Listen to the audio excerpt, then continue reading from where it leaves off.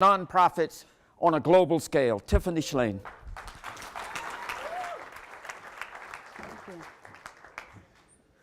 Hello, everyone. I'm so happy to be here. I'm going to teach you a Yiddish word because it fits. It's called hamisha. Can you guys all say that? Hamisha. And what it means is the way I feel in Aspen, which is like a lot of you I have known for a long time, a lot of you I just met, but it's like it feels like family, and it's like I'm so grateful to Peter, Eric, Keith. Where's everyone? They're not in the audience. Ben. And I'm just so grateful to come here so often in my life. And actually what I get to talk to you about is really a project that started as a hunch here at Aspen. And I call it cloud filmmaking. So first, one of the interesting things about, how many of you know who William Gibson is, the sci-fi writer? He wrote Snow Crash and various things. So he said, good, when William Gibson. So he said, if you want to see where technology is headed, just look at what the artists and the criminals are doing. So tonight you're going to hear from an artist who's really into technology, and I'm really interested in experimenting with how we can use technology in new ways. So I'll give you, before I kind of launch into how I got to cloud filmmaking, what I'm doing, I'm going to show you a cloud film. So first, I am going to ask what I ask people all over the world to do. I would like you to all close your eyes and put your hand on your heart, and I want you to really feel your heartbeat. And I want you to think about what your heartbeat means to you. So that's pretty much what I did in an email and a tweet and a Facebook post. And I just asked people to film themselves thinking about what the heartbeat meant. And this is one of my cloud films.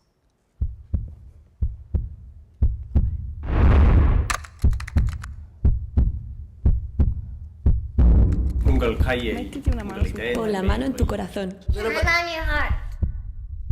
You feel it? That's your life clock.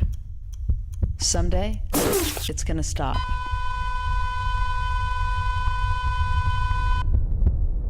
A lot of things are going to happen in the world between now and then. So what are you going to do while you're here? Stand on the sidelines? Or are you going to be part of something bigger?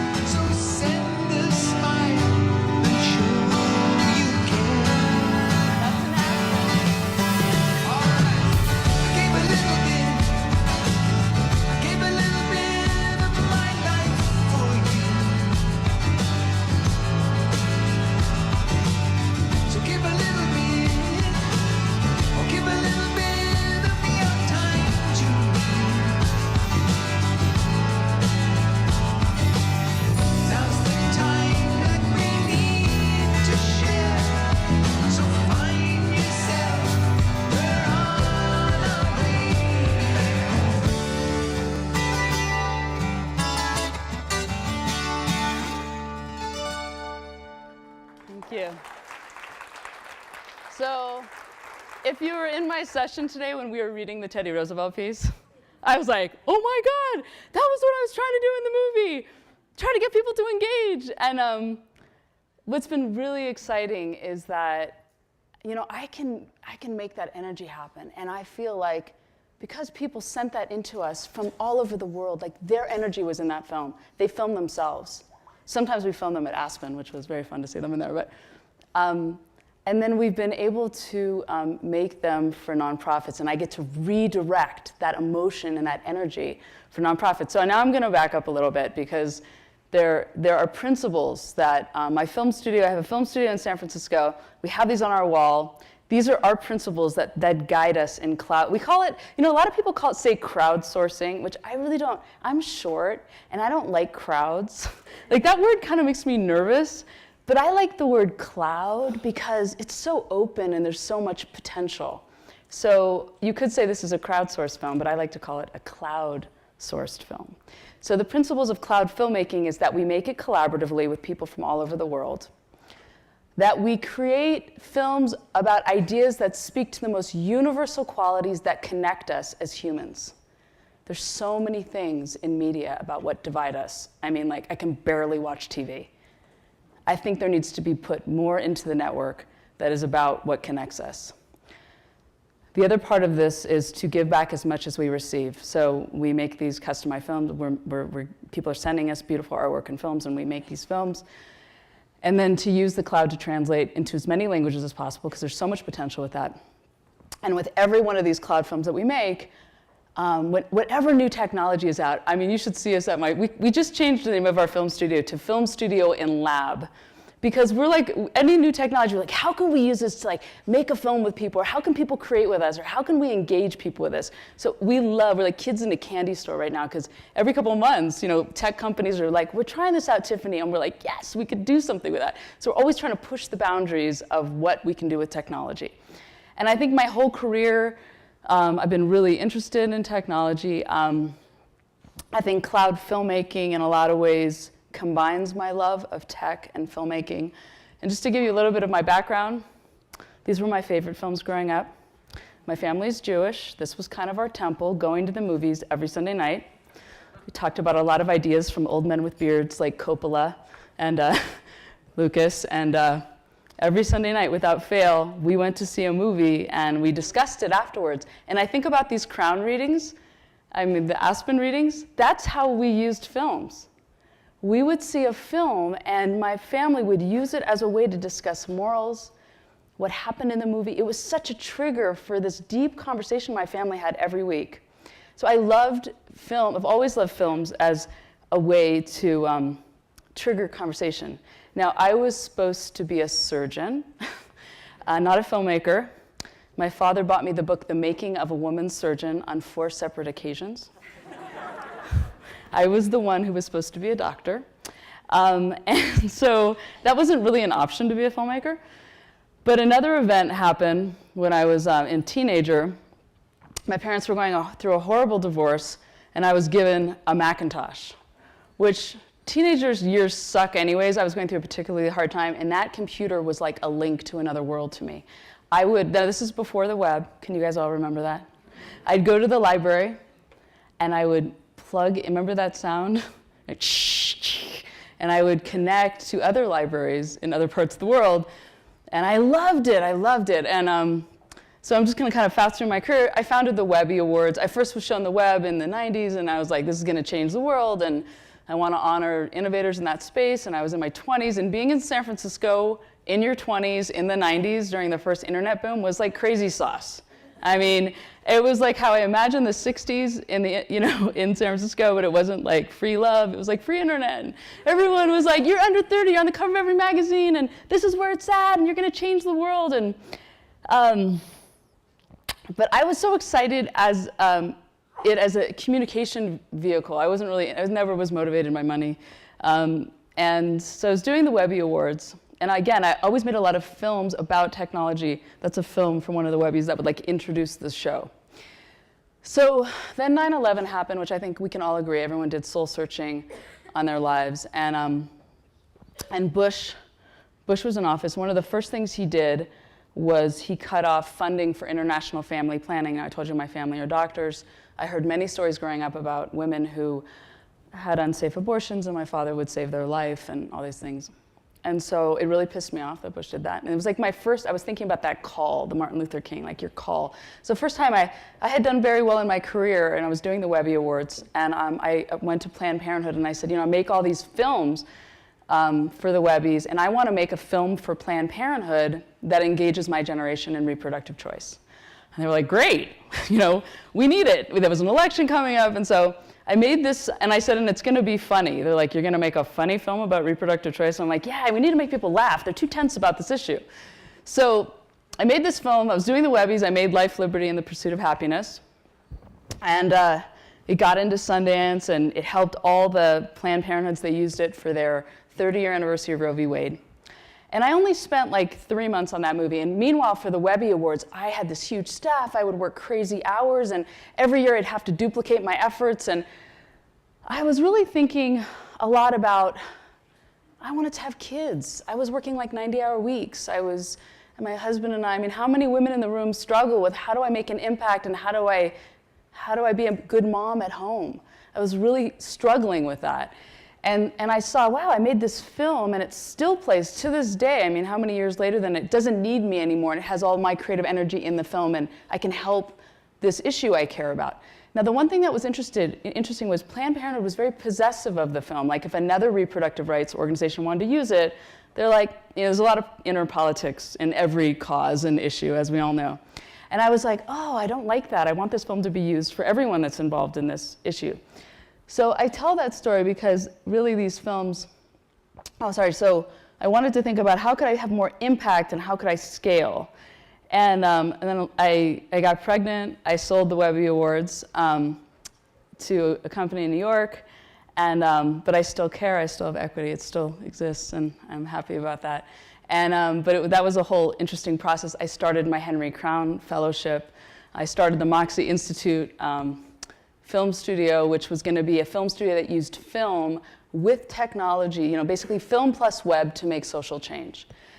And Aspen was so instrumental. I mean, as you're watching this next series of films, they're so Aspen Institute. I mean, just know that I was doing the readings as I was starting my film studio.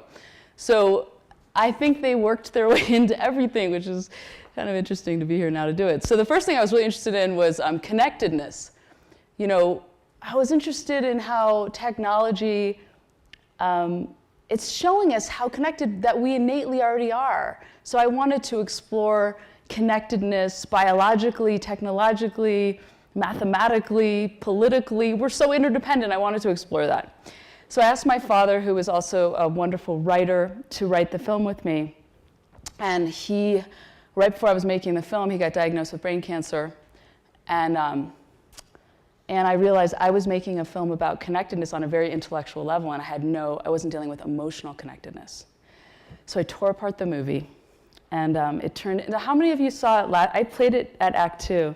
Okay, I'll show a little trailer for those of you that didn't see it, but one of the other things you should know is all of my films that my film studio make, we look at them as movable feasts. The film is the appetizer, and the discussion you have afterwards is the main course. We make lots of tools that go with the film, so we have discussion cards and a curriculum and a book, and to us the film's just the trigger for you to do a deep dive on how you feel about that issue. So I'm going to show you just the trailer for that now. So I'm at lunch with this really good friend of mine, and we are having a fantastic time. I haven't seen her in years. We're laughing, drinking, talking, but I'm still getting this urge to check my email. And I was like, Tiffany, stay focused. You traveled all the way across the United States to see her. Stay focused. But eventually it was like, it overtook me. And then I faked needing to go to the bathroom. So I excused myself, grab my phone, go into the bathroom stall, kind of hiding, texting, emailing, thinking, what if I become? I can't be the only one sneaking to the bathroom to check my email. Technology is clearly changing us, and the way we connect with our friends, our families, and the world around us.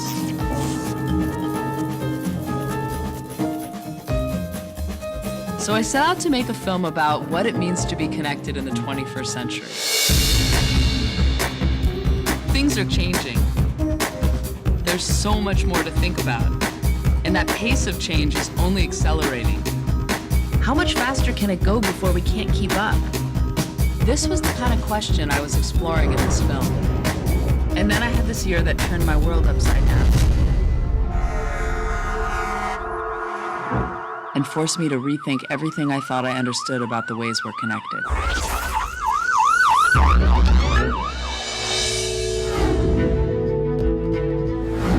We as humans have accumulated so much knowledge. Why do we have such a hard time seeing the bigger picture?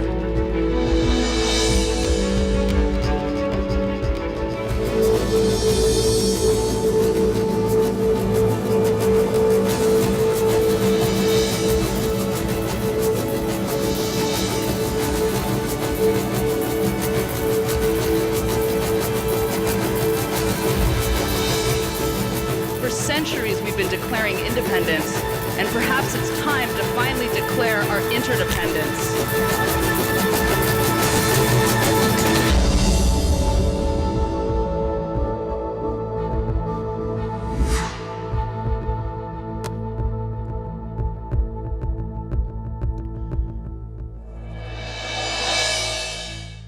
So that was my feature film that was in theaters a couple years ago. And I was actually at the Aspen Institute showing like I was on a panel about arts funding. And the other two people on the panel were artists, and they were saying there's no funding.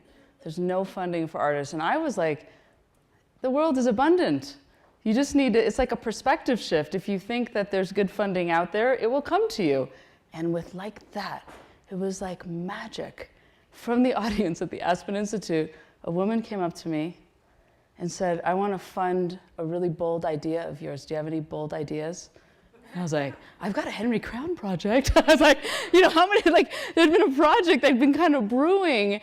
And so I had a hunch. And this harkened back to that film I made for Reproductive Choice, which at that point was years back. I was like, I want to put the ideas from Connected into action. So, you know, the climax of Connected is like, what's the potential when there's 7 billion people online? What is that? I immediately think, what can we make together? What can we make together about what connects us? So I told her this idea, and I said, I want to make it collaboratively. I don't know if it's going to work, and then I want to make it for nonprofits. And she said she normally is an anonymous, their foundation is an anonymous funder, which in the Jewish tradition, the philosopher Maimonides, it's the highest form of giving to be anonymous. And I love that they have been anonymous. But when I told her I was speaking tonight, she said, I want you to tell them who I am and who we are. So it's the Bezos Family Foundation. And they've been so beautifully supportive, I know, of Aspen and of this hunch. And it really was just a hunch. It was an experiment. So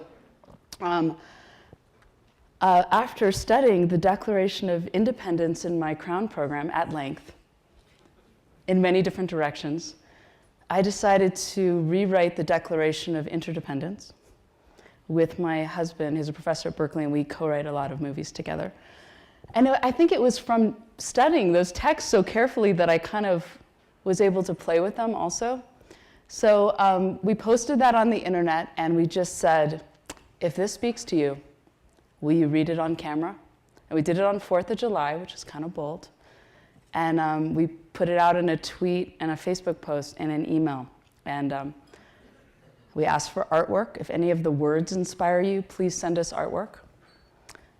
We got entries from every part of the world. I can't even, we would cry, like at my office, anyways, you'll see the 4-minute film that came from that.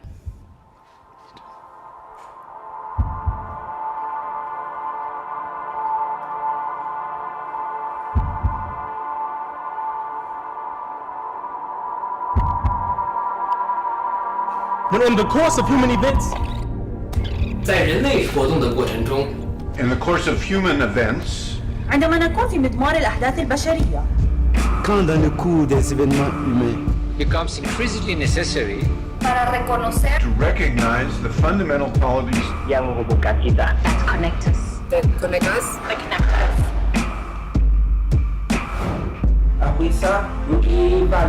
the truths we hold. To be self-evident. Alors nous devons réévaluer les vérités que nous tenons pour acquises. that all humans are created equal. And all are connected. 比如每个人都是生来平等并且联系在一起的 That we share the pursuit of life, La recherche d'une vie meilleure. Liberty الخيروت, Happiness. food والغذاء. water, agua, Shelter. El refugio. seguridad, education, pendidikan, Justice. and hopes for a better future. That our collective knowledge, economy, technology, and environment are fundamentally interdependent. Qatar dengan kita That what will propel us forward لأن لدينا شجاعة على التقدير. is our curiosity. Curiosité. Rasa ingin tahu kita. our ability to forgive, kemampuan kita untuk memaafkan, Our ability to appreciate. Our courage. Keberanian kita. And our desire to connect. D'être connecté. That these things we share في نهاية المطاف إلى تطور. To our fullest common potential. Le cose che noi teniamo insieme sono le cose del nostro mondo. 我们应该严肃对待我们的问题。 We should never take ourselves too seriously. Kwa sababu jambo jingine linalotuunganisha huwa kudratana ala tahadhur. Dan upaya kita untuk belajar dari kesalahan kita. So that we can learn from the past. understand our place in the world, Memahami tempat kita di dunia. Use our collective knowledge. To create a better future. 去创造一个更美好的未来。 So perhaps it's time Jadi mungkin sudah saatnya kita That we, as a species, Sebagai spesies. As a species. You love to laugh. Que disfruta de reír. Love to laugh. Poser question. Ask questions and connect. do something radical and true. For centuries, We have declared Independence.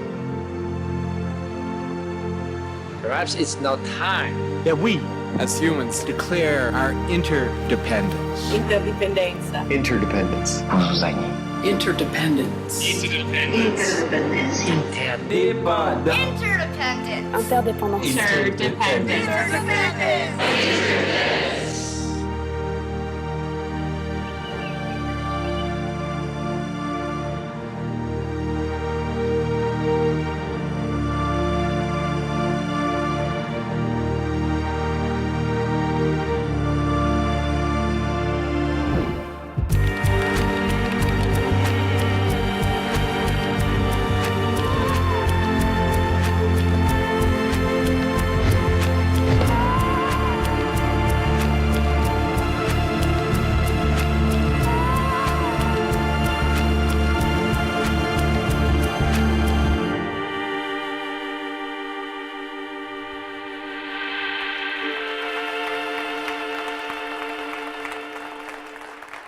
That was very powerful to watch it here for me. Got like choked up again.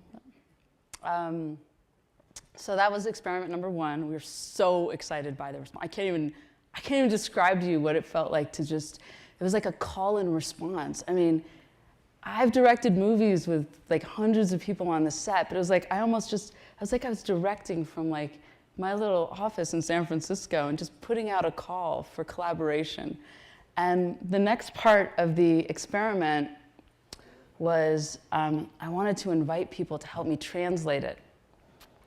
So it premiered actually on Interdependence Day, which is the day after 9/11. And I was at the 10-year anniversary of 9/11. And then YouTube actually featured it on their homepage. And we did a call for translation. We did not know what we would expect. And in 6 weeks, it was translated into 65 languages by volunteer translators. You have to understand, I've had films that have played at 100 film festivals over like 7-year period. Maybe it got translated into 5 languages. And if you think about ideas, like setting ideas free, the fact that it's in 65 languages, I mean, it just kind of blew our minds. So then this was the last part of the experiment that I was super interested in. Could I put a call out? I mean, I was trying to solve a problem. So many nonprofits do the important work of the world. And have you ever been to one of their dinners and then they show a film and it just doesn't match the quality of what they're doing? Or they don't have any film. And I'm like, gosh, they're doing the work. They've got skin in the game and they don't have anything to get it further. So what if I make a film that's so high level, we could change the ending for them. We could change the call for action. We're at the action forum. So I'm going to show you just saw the master version, and then this is what an example of. So basically, we work with them on how to finish the sentence, because surprisingly, that's very difficult. They'll give us a paragraph. So we worked with them on that call to action. We put their URL and their logo. It's their movie. They show it at their events. They put it on their website. Here's another one. So this is about supporting education. And it's so easy for us. I mean, we do spend a lot of time working with the nonprofit on the call to action, but it's this beautiful, simple, scalable model that I could suddenly help a lot more people without too much more of my team's time. So in just a year, I think we've made like 150 versions of this movie on every continent. It's being used, and it feels so good. So we decided we want to touch upon everything that connects us. We want to touch upon generosity, gratitude, wisdom, courage, everything that would touch upon it. So the next topic, I'm very interested in the brain, my upbringing around my mom's a psychologist. She was always talking about the brain from an emotional level. My dad did surgery on the brain. And so I was given this really exciting research from Harvard and the University of Washington that not a lot of people realize about how to best nurture a child's brain from birth to 5. So we thought that's universal. Everyone wants to nurture their child's brain in the best way possible. How can we get this out to every country in the world? So that was the topic of our next film. And I am going to show that to you. This one is actually, so, we're asking people. So I thought, I want to ask more. I want to see what works. Now, sometimes I tell you, I've asked for something and no response. It's almost like you're experimenting. You're like, what's going to work? What's not going to work? So the thing that we asked for this one is we asked, those of you that have little children, there's probably nothing more beautiful than watching your child run into your arms. So we asked people to hold their cell phone and have their child just run into their arms. So notice that, because it was very fun for us to see how that would work. So here's brain power. A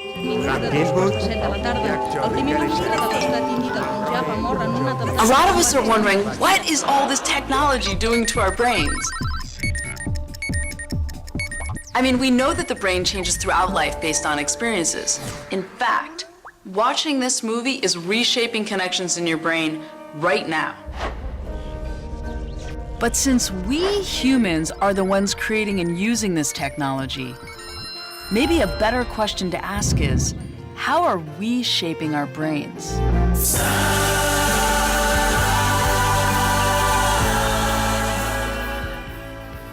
There's so much about the brain that we don't know. But there are some things we do know. You see, not long after we humans began thinking, we began thinking about ways to understand our own brains. One strategy thinkers have used throughout history is to compare the brain to the newest technology of their day. The brain is a clock, a switchboard, a steam engine, a machine, a computer. And we wondered, how can today's technology help us understand the brain in a new way? So we used that technology to ask people all over the world, how do you imagine the brain? It was amazing, like all these neurons firing ideas and images back to us from all over the world.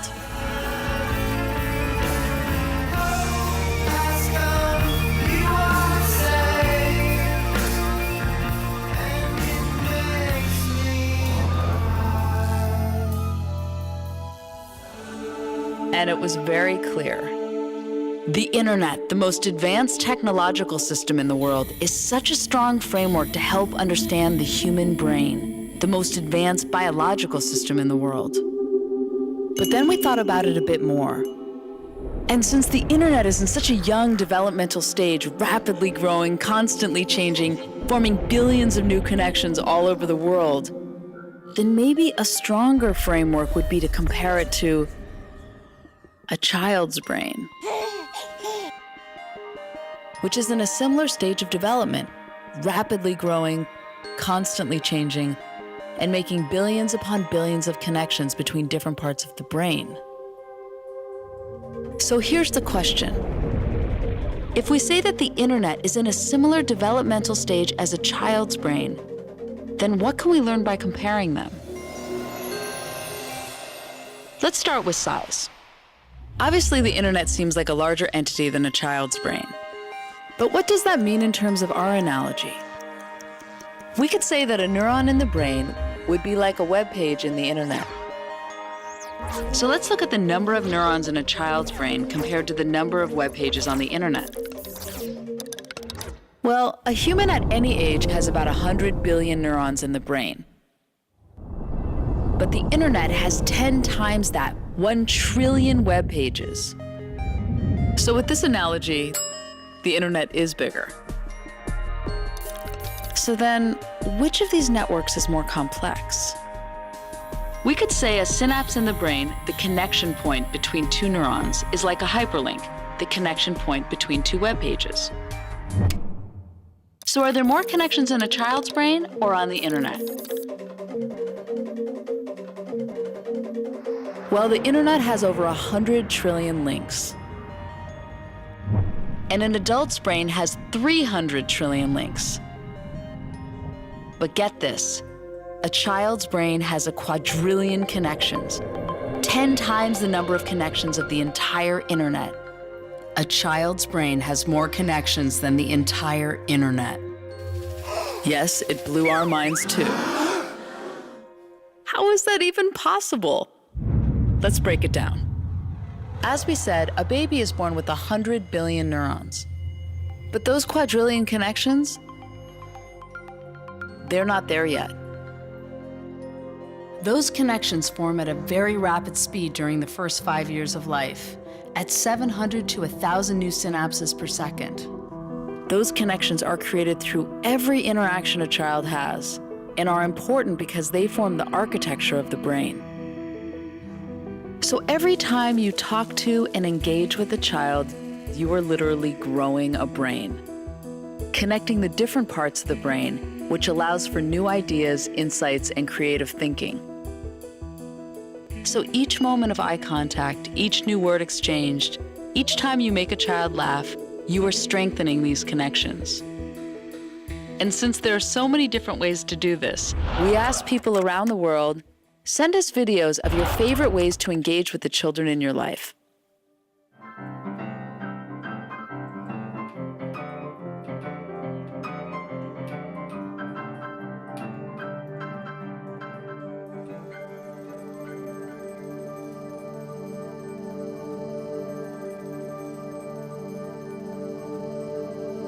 During these early years, a child's brain makes as many connections as possible. And then it begins pruning the ones that aren't used and strengthening the ones that are. A dynamic process that continues throughout life. But since a child's brain is activated by everything it encounters, it can also be overwhelmed, which causes stress. When the brain experiences stress, the body's alarm system is activated. If the stress is relieved quickly, the system easily returns to normal. And while learning to deal with stress is an important part of development, severe situations such as ongoing abuse or neglect, where there is no caring adult to relieve the stress, leaves the body's alarm system activated, which can have serious lifelong consequences for the child. This is known as toxic stress. Toxic stress can lead to a body system set permanently on high alert. It causes the synapses we use for learning and self-control to be pruned, while connections for fear and rash behavior get stronger. While the brain can change throughout the rest of life, these early years are fundamental in building a strong foundation for curiosity, creativity, and adaptability.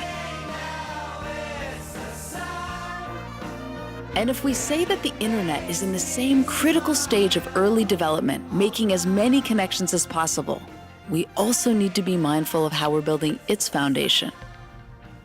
Just like every interaction creates new connections in a child's brain, every email, tweet, search, or post is creating and strengthening connections in our global brain, literally changing the shape of the internet that we as billions of people all over the world are developing together.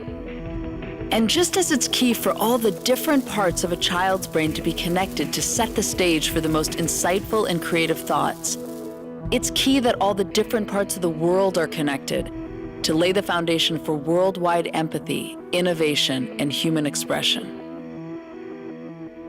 And while we don't know all the ways technology is reshaping our brains yet, we do know that every time we plug in, every person we follow, email, or link to, we know it's affecting us. So we need to be mindful of what we let into our brains, always. Which sometimes means knowing when to disconnect. Just as it's not good for a child's brain to be constantly over or understimulated, it's not good for an adult's brain either. For both the internet and a child's brain, the connections we pay most attention to will be strengthened, while the ones we use less will be pruned. So how do we nurture both of these growing, interconnected networks to set a course for a better future? By paying attention to what we are paying attention to. Attention is the mind's most valuable resource. Every interaction counts.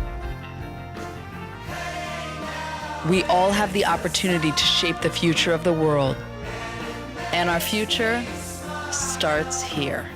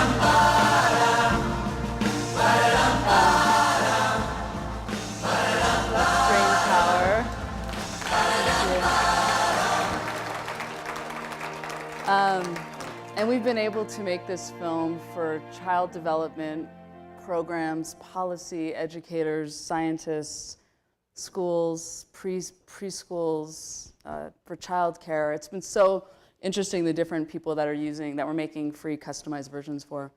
And then I was asked to write a book by Ted. I had so much research for this movie, and it kind of was a reverse thing where I made a film and then did a book from the film. And the US State Department is sending me to the Middle East with this movie this fall. They were going to send me to Egypt and Israel. I think it just got moved to Israel after everything that happened. But they sent me connected to Cape Town, South Africa last year. And I was thinking about when Madeleine Albright was saying how, she's like, we have to use whatever tools necessary. So I guess back after World War II, like they sent Louis Armstrong, they have this program where they send artists, and it's so wonderful. You have all these screenings and discussions, so I'm so excited. I've met a lot of wonderful people from the Middle East, Aspen Leadership Council. I look forward to visiting you very soon with this.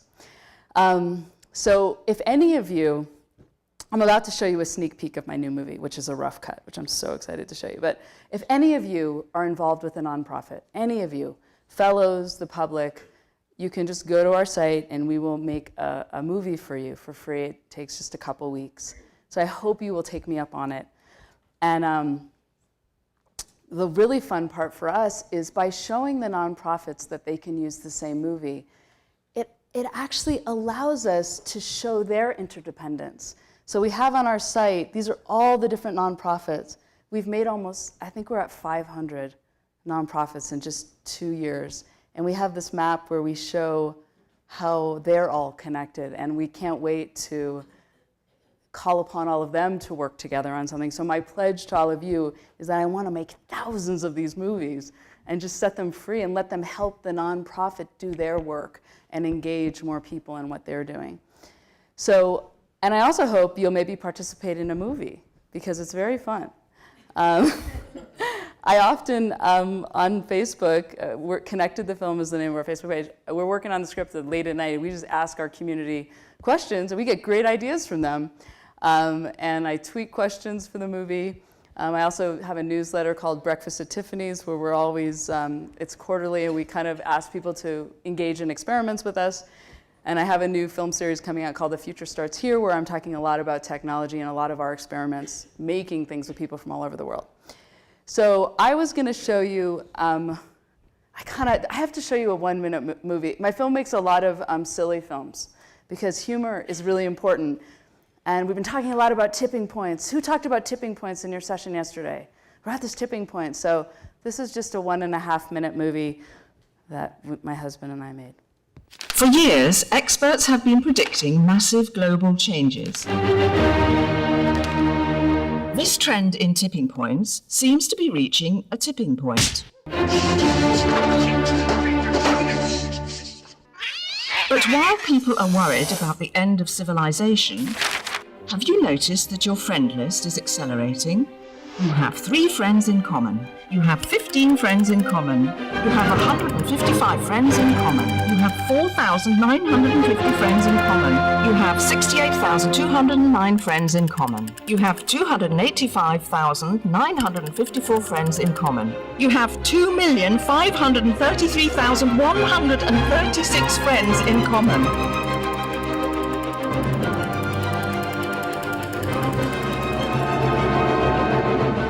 First city where everyone will become friends? Portland, Oregon. Of course. Next will be Seattle, then San Francisco.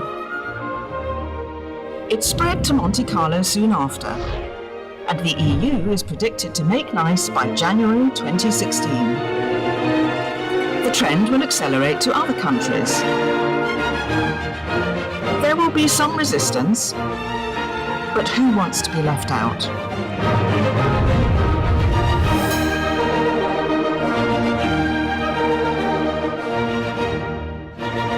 You have 7 billion friends in common. Scientists are calling this the friendship, the point when everyone on Earth becomes friends.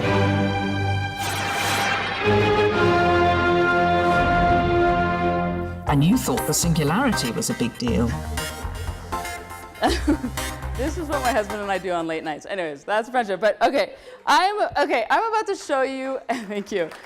I thought should I show that in the Middle East? Is that too risky?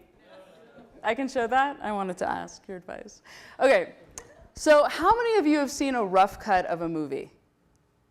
No, okay. So what a rough cut means is it's not done. If you're writing a paper, there's still red marks on it. The music is repetitive.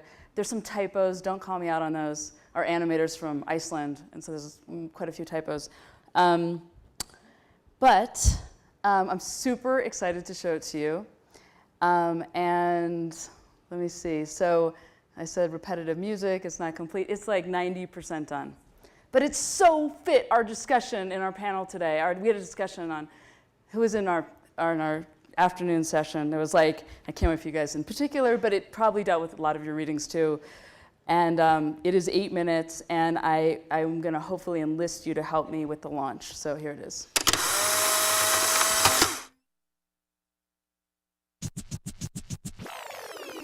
There are 7 billion of us humans on the planet, and each one of us has a unique character. So what determines your character? You do, and all the people around you. And there's new science proving that if you focus on certain parts of your character, that can lead to a more meaningful, successful, and happy life, no matter what your circumstance.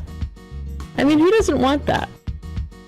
We humans have been trying to figure out the key to a happy, meaningful life forever. Then in 2004, 2 psychologists published research about character that gave us a whole new framework to think about ourselves. They suggested that instead of focusing on all the things that can go wrong with us, It's also important to celebrate all the things that can go right. So they looked throughout history and identified 6 core virtues that humans have valued across cultures and across time. And then highlighted 24 character strengths that could lead to these virtues. And they organized them in a way that we could understand them better, like scientists have done throughout history. These groundbreaking studies showed that each of us is a unique combination of these strengths. I'm high on curiosity, I could work a little on the prudence. What is prudence? Anyhow, one of the most interesting parts of all of this, at least for me, is that they found that if people focus on building upon the strengths that they had, it would have a lasting effect on their happiness and well-being. So you can literally shape your character by recognizing your own strengths and celebrating them. So think about it. What are your top 5 strengths?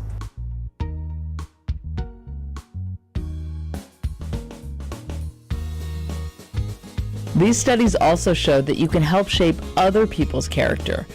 That the key to human relationships is ultimately appreciating the character strengths in others. To explore this, we asked people around the world, who do you admire and why? I admire my mother the most because she's very loving and caring. Восхищаюсь целеустремленными людьми, которые готовы бороться за свою цель. The person I admire the most is Einstein, of course. My sister, because she is so tough and so brave. People who use their creative energy to make the world a better place.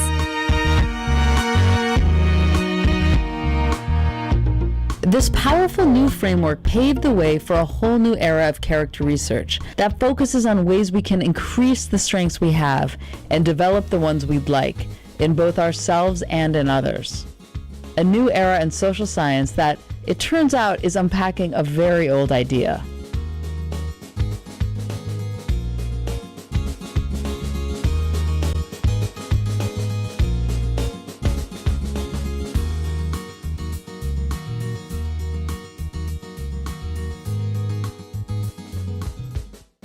An important step in building your character is your perspective.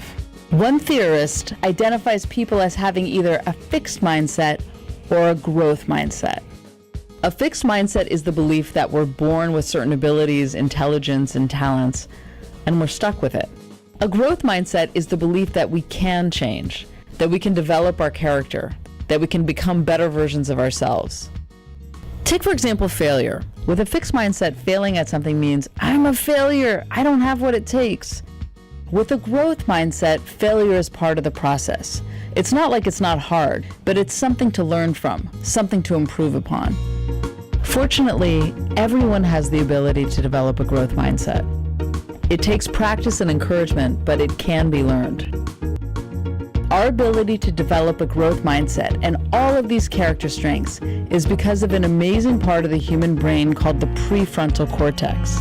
It's like our brain's control panel that orchestrates all of our thoughts and actions, what many scientists call executive functions. Or what neuroscientist Adele Diamond, oops, not that Adele, yes, that one, calls self-regulation. This part of the brain is like the self-control and focus filter. It helps keep our impulses and emotions in check. And the way to strengthen that filter is as simple as taking a moment, focusing your attention, and asking yourself, is what I'm about to do a reflection of who I am and who I want to be?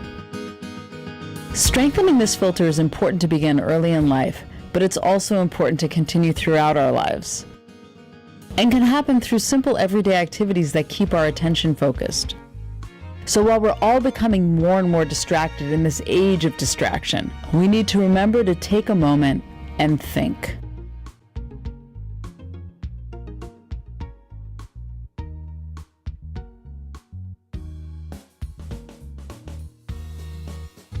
And here's an exciting new insight. Some people believe there are 7 strengths in particular that can be real game changers, leading to better grades, better jobs, and ultimately a more meaningful life, no matter what your circumstances. Optimism, gratitude, social intelligence, curiosity, self-control, enthusiasm, and perseverance, also known as grit.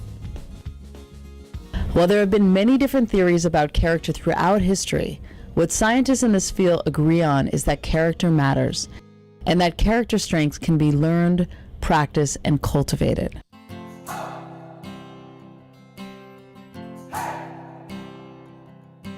So when you think about yourself, what are your strengths? And how can you find ways to use them more in your work, school, home, and community? It's like you have these superpowers, and focusing your attention on them makes them stronger. And then if you focus on the people around you and their strengths, it makes them stronger too. As each of us becomes our best versions of ourselves and encourages others to do the same, we can lead to important changes throughout the world. Just imagine a world infused with more humanity, justice, courage, and wisdom.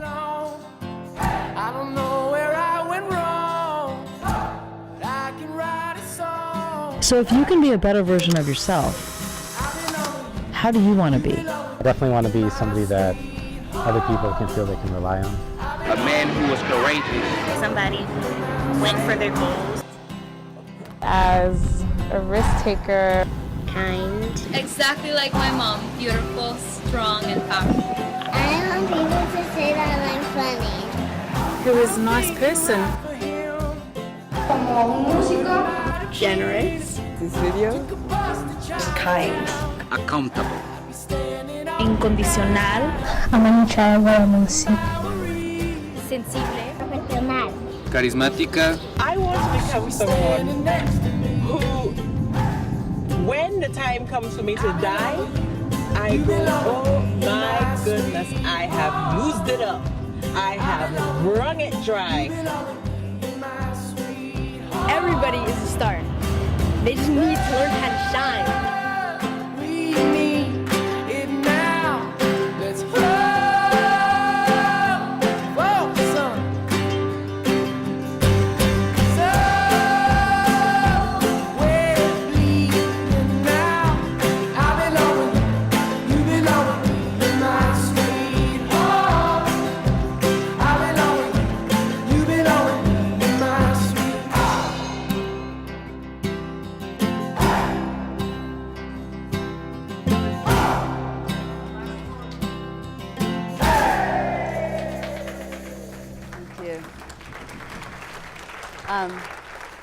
So here's the vision. We want this film to show in every school around the world. We actually, we shot some of those. You know that awesome superintendent in LA? We shot some of the kids at a thing I did with the Aspen Challenge in LA. But I want this to be like back to school night, or if any of you are involved in education in any way, and you think that we can make a customized version with your education logo or anything, we want this to reach these ideas of growth mindset and the ideas of strengths that really take people out of poverty, can lead to a more meaningful life. We want this information to be spread far and wide, so please come up to me. The next two films we're making, one is going to be on the 21st century brain. What are the skills that you need in the 21st century to succeed in this world? And then we're doing one on gratitude, which I'm super excited about. And one of my favorite new technologies is, I don't think people talk about enough, but it's when they put that camera on the front of the phone and people can just film themselves and send it to me. I cannot tell you how powerful that is, how much I feel it. Don't you feel it in the films that they're doing this without any mediator? And you know, one of my favorite sayings and thoughts is that if you have a hammer in your hand, Abraham Maslow said it, if you have a hammer in your hand, everything looks like a nail. And I think if you have a camera in your hand, everything tells a story. Thank you.